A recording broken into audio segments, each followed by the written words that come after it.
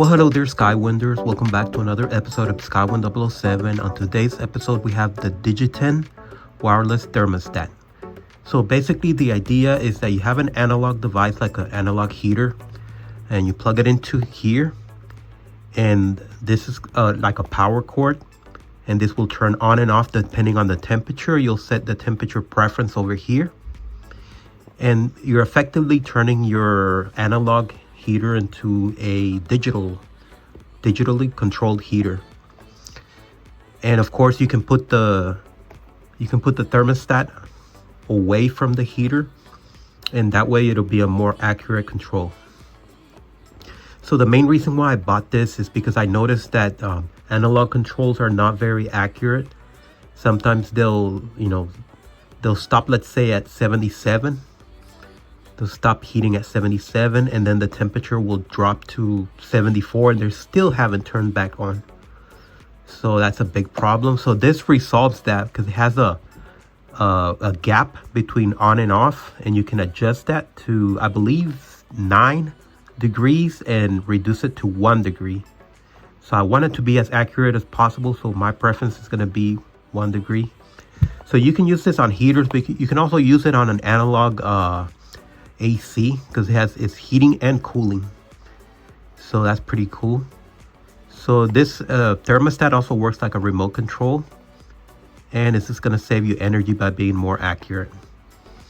Another issue that I've had with heaters, even when they're digital and they have a digital thermostat, is that when you turn them on and you put them on full power, they kind of shroud themselves with heat around them, and that tricks their thermostat into thinking that the whole room is hot.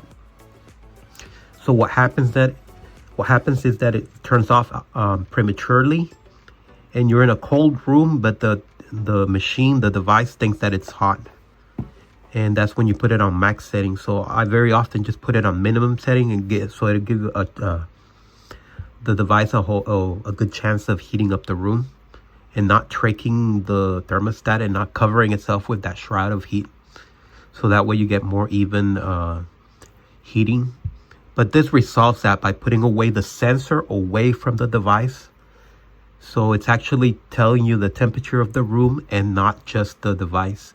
Because very often the sensor that comes in the device, well, not very often, always, the sensor is going to be inside the device. So you turn it on and almost immediately it's going to heat up the sensor, not necessarily the whole room.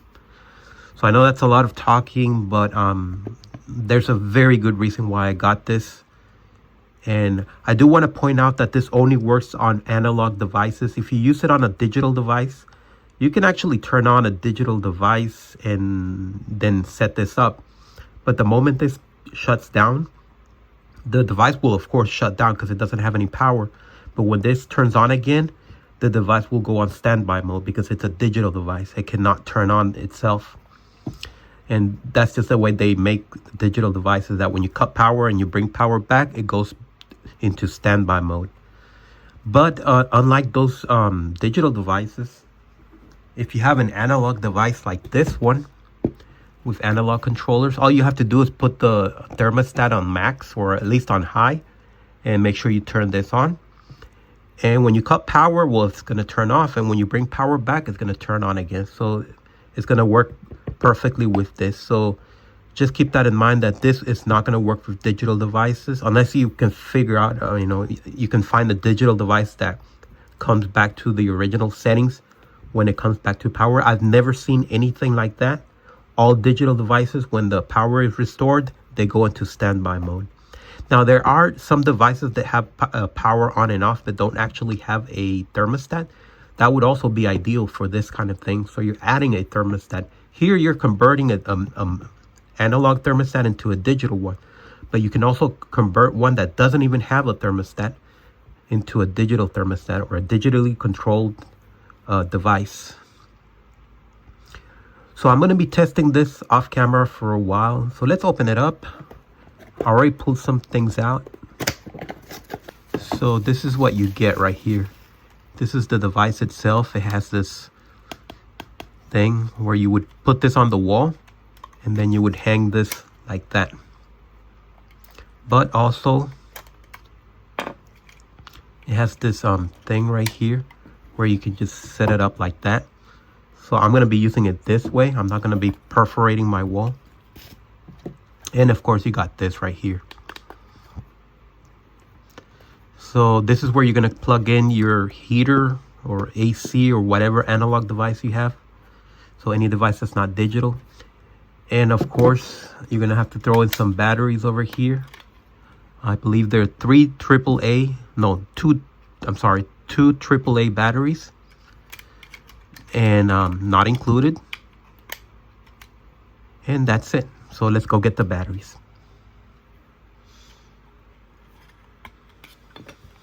So I have these rechargeable batteries. I don't know if it's going to work out.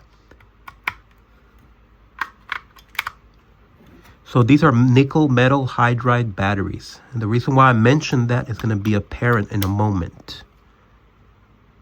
Okay, so as you can see, it's telling you the current temperature right here and the target temperature right here. And it is backlit when you touch it. Let me turn off the lights. Okay, so let's see. Yeah, it's backlit. And it looks very nice in person. I mean, very easy to see, especially if you're an older person like I am. You need reading glasses. So this is ideal for people with reading glasses. You don't have to wear your glasses. And like I said, you can put it on the wall with this plate mount. Or you can put it on the table like this. So let's turn on the lights again.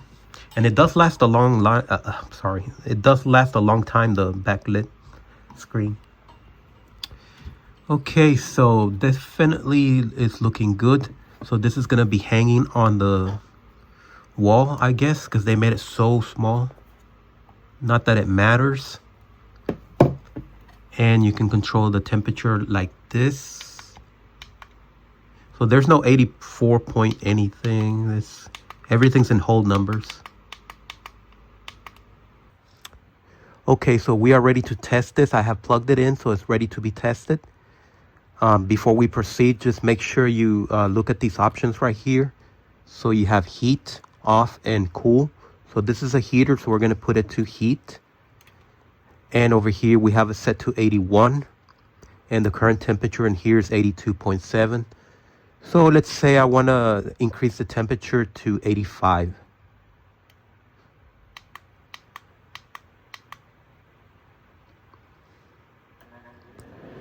So you can hear it operating. And it says loading on in mode heat. So that's very interesting. So remember, you want to set this up over here to any temperature, but ideally to the max, so it doesn't automatically shut down. And you can put it here on fan or low or high, wherever you want. Of course, this is a heater, so we're going to want to put it on heat. And if you're nervous about putting something that's like a high current device like this on this thing, the temperature rating for this device, for the thermostat, I believe it's 1,800. I'm going to put it on the screen. But if you live in the United States, any heater will be no more than 1,500 watts. So it'll be safe for any heater in the United States that's rated 1,500 watts or less. And of course, I'm not putting it on the max, so I'm putting it on low. So it'll be like, right now it's drawing, I would say, 1,000 watts, maybe less than that. This is not a high power heater. It is heating already. So there's no risk of melting anything or damaging anything or causing a fire, because it is rated for a very high current. And I'm going to put the wattage on the screen so you can be safe about that. So let's say I want to bring down the temperature to 77. So let's bring it down, and it turns off. And there we go. So if the temperature ever drops below 77, it'll turn back on. Okay, so again, let's go back up. Let's increase the temperature. And then you can hear it turn on. So this is pretty amazing. Let me turn it off. So like I said, when you turn this on max, even though this does have a thermostat, it shrouds itself in like a cloud of heat. So it confuses the thermostat and it'll turn off prematurely. I've seen this on many heaters. So the idea is that you're going to put this away from the heater, so you get an accurate temperature for the whole room, not just the area near the heater. And as you can see, the thermostat is embedded into the device. So if the device gets really hot, it'll just shut off. So that's very interesting.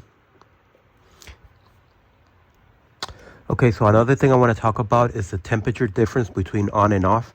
So if you set it to, let's say, 83, so it'll turn on and it'll bring the temperature up to 83 and then it'll stop.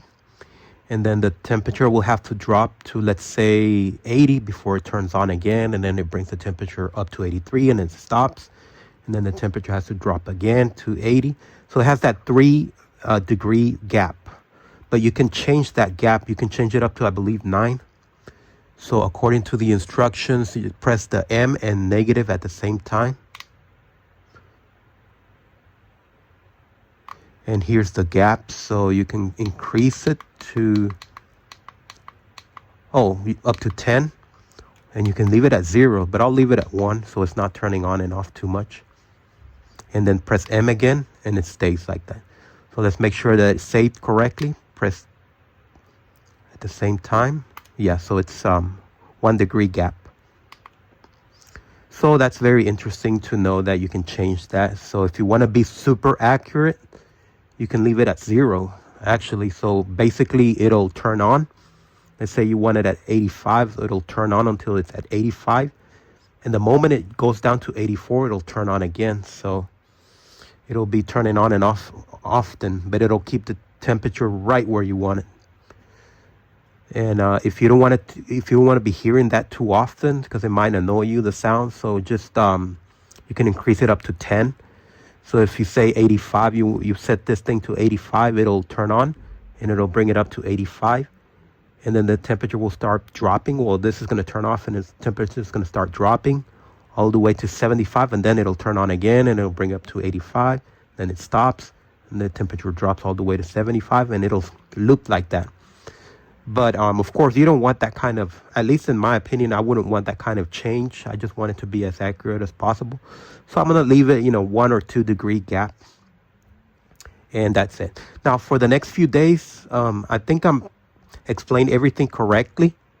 So for the next few days, I'm going to be testing it and make sure everything goes well. And if I'm happy about it, well, we're going to, talk about that. So I'm going to stop the video and I'm going to be testing this for a few days.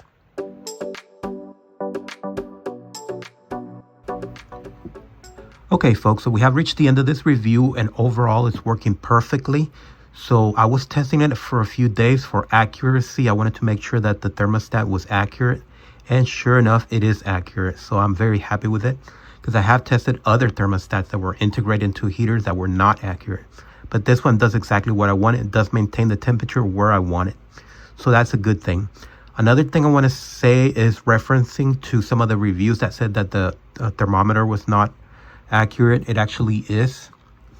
You just have to take it out of the box and leave it out there for about 30 to 40 minutes and then it'll go, it'll become more accurate. So it just takes a while for it to become accurate when you take it out of the box. I don't know what the box has to do with any of this, but that was my observation.